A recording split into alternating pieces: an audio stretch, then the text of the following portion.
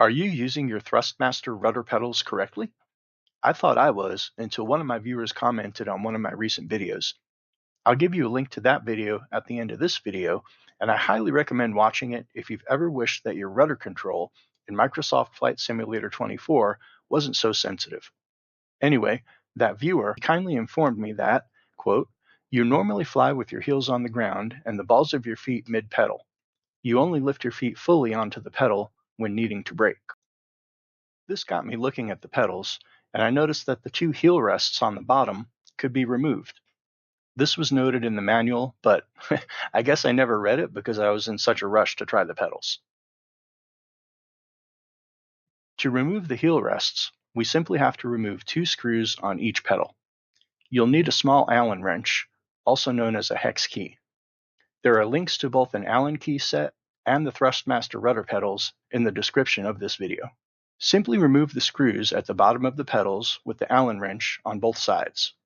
I recommend saving the heel rests and the screws in case you ever want to put them back on or even sell the pedals someday. Now, there are two ways to place your feet on these pedals. One way is to leave your heels on the floor and place the balls of your feet on the lower part of the pedals like this, with your toes kind of on those grips. Now, when you slide your feet back and forth, you have a lot more control with your heel on the floor because it kind of acts like a damper to the movement. That's a plus.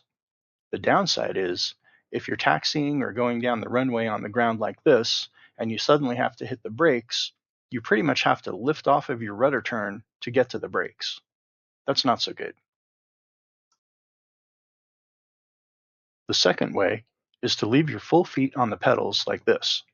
I'll tell you, I don't feel as in control without my heels on the ground for turning the rudder. That's not so good. But if I'm taxiing or going down the runway and I suddenly need to hit the brakes, I'm already on them, which is a plus. That split second could make a big difference in how your flight turns out. So, which way is best? Please post your opinion down in the comments section. I'd love to hear it. I did some Googling on the topic, and there were a lot of opinions out there. In the end, the consensus seems to be that neither way is really right or wrong, but each way can be better in certain situations. A very popular thought is to use both methods.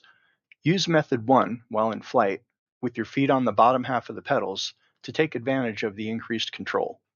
You won't need the wheel brakes while you're in the air anyway.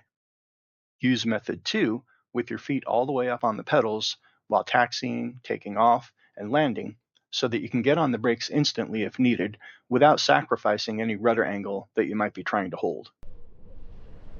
That sounds logical to me, but of course you might have a different opinion. I hope this video has been helpful to you. Please like it if you like it, and subscribe for more.